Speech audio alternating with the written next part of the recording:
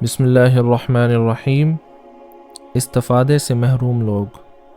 مجھے بخوبی یاد ہے کہ ایک دفعہ مجھے اپنے موبائل فون پر ایک پیغام موصول ہوا جو مختصر سے سوال پر مشتمل تھا: یا شیخ، خودکشی کے متعلق شرعی حکم کیا ہے؟ میں نے موبائل فون پر سائل سے رابطہ کیا۔ دوسری طرف سے ایک نوجوان کی آواز آئی جس نے ابھی جوانی کی دہلیز پر قدم رکھا ہی تھا۔ میں نے کہا، معاف کرنا، آپ کا سوال میری سمجھ میں نہیں آیا، ذرا دہرا دیجیے۔ اس نے زندگی سے بیزار لہجے میں جواب دیا، شیخ، سوال تو بڑا ہی واضح ہے کہ خودکشی کے متعلق شرعی حکم کیا ہے۔ میں نے چاہا کہ اسے ایسا جواب دوں جس کی اسے توقع ہی نہ ہو۔ میں ہنسا اور بولا، مستحب ہے، پسندیدہ ہے۔ کیا؟ وہ چلایا۔ میں نے پوچھا، کیا ہم یہ طے کرنے میں آپ کا ہاتھ بٹائیں کہ آپ کو خودکشی کے لیے کون سا طریقہ استعمال کرنا چاہیے؟ نوجوان چپ رہا۔ اس پر میں نے کہا، اچھا یہ تو بتائیں کہ آپ کیوں خودکشی کرنا چاہتے ہیں؟ وہ بولا، کیونکہ مجھے کوئی ملازمت نہیں ملتی، لوگ مجھے پسند نہیں کرتے، دراصل میں ایک ناکام انسان ہوں۔ پھر اس نے مجھے تفصیل سے اپنے حالات بتائے۔ وہ اپنے آپ میں بہتر تبدیلی لانے اور اپنی دستیاب صلاحیتوں سے فائدہ اٹھانے میں ناکام رہا تھا۔ حقیقت یہ ہے کہ ہم میں سے بیشتر افراد کو یہ مسئلہ درپیش ہے۔ سوال یہ ہے کہ آخر انسان اپنے آپ کو اس قدر گھٹیا کیوں تصور کر لیتا ہے؟ وہ پہاڑ کی چوٹی پر کھڑے لوگوں کو ہی کیوں تاکتا رہتا ہے؟ ان کی طرح وہ بھی پہاڑ کی بلندیوں پر کیوں نہیں پہنچ جاتا؟ یا کم از کم لوگوں کو دیکھا دیکھی وہ پہاڑ پر چڑھنا ہی شروع کر دے۔ کسی شاعر نے کیا خوب کہا ہے، وَمَن يَتَحَيَّبْ صُعُودَ الْجِبَالِ يَعِشْ أَبَدَ الدَّهْرِ بَيْنَ الْحُفَرِ۔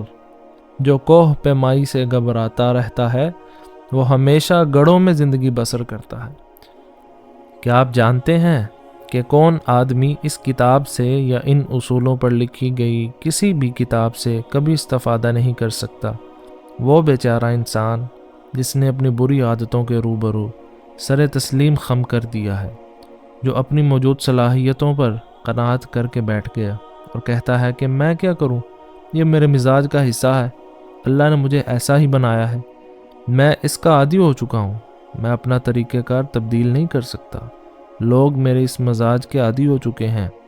اگر آپ کہیں کہ میں خالد جیسی تقریر کرنے لگوں، یا احمد جیسا خوش باش نظر آؤں، یا جواد کے مانند لوگوں کا پیارا بن جاؤں تو یہ محال ہے، وغیرہ وغیرہ۔ ایک دن میں ایک مجلس میں حاضر تھا۔ میرے ساتھ ایک خاص عمر رسیدہ بزرگ تشریف فرما تھے۔ مجلس میں بیٹھے تقریباً سب افراد عوام کے طبقے سے تعلق رکھتے تھے اور معمولی صلاحیتوں کے مالک تھے۔ وہ بزرگ اپنے آس پاس بیٹھے لوگوں میں خوشگپیوں میں مصروف تھے۔ وہ مجلس کے دیگر افراد میں صرف اپنی بڑی عمر کی وجہ سے نمایاں تھے۔ اس کے علاوہ ان میں ایسی کوئی خاص بات یا غیر معمولی صلاحیت نہیں تھی۔ میں نے وہاں ایک مختصر سی تقریر کی جس میں شیخ عبدالعزیز بن باز کے ایک فتوے کا ذکر کیا۔ جب میں اپنی بات کر چکا تو بڑے میاں فخریہ لہجے میں مجھ سے مخاطب ہوئے۔ میں اور ابن باز ہم جماعت تھے۔ آج سے 40 سال قبل ہم مسجد میں شیخ محمد بن ابراہیم کے پاس اکٹھے پڑھا کرتے تھے۔ میں حیران ہو کر ان کی طرف دیکھنے لگا۔ یہ خبر سنا کر مارے خوشی کے ان کے چہرے کی داڑیاں دمک رہی تھی۔ وہ اس بات پر بے حد مسرور تھے کہ انہیں کسی زمانے میں ایک کامیاب انسان کی صحبت حاصل رہی ہے، جبکہ میں دل ہی دل میں انہیں ملامت کر رہا تھا۔ اے لاچار آدمی، تم بھی ابن باز کی طرح کامیاب کیوں نہ ہو سکے؟ تمہیں تو راستے کا بھی علم تھا، پھر تم نے اپنا سفر جاری کیوں نہ رکھا؟ ایسا کیوں ہے کہ ابن باز وفات پائیں تو ممبر و محراب ان پر روئیں، لائبریریاں آنسو بہائیں اور زمانہ ان کے فراق پر نوحہ کنا نظر آئے، اور جب تمہیں موت آئے تو شاید تم پر رونے والا کوئی نہ ہو، اور اگر کوئی روئے بھی تو زیادہ سے زیادہ دل جوئی کی خاطر یا رسم دنیا کے طور پر۔ ہم میں سے ہر ایک کبھی نہ کبھی یہ ضرور کہتا ہے کہ میں فلاں بڑے آدمی کو جانتا ہوں، یا میں فلاں کا ہم جماعت ہوں، یا فلاں کے ساتھ میری مجلسیں جمع کرتی تھیں۔ ان باتوں پر ناز نہیں کرنا چاہیے۔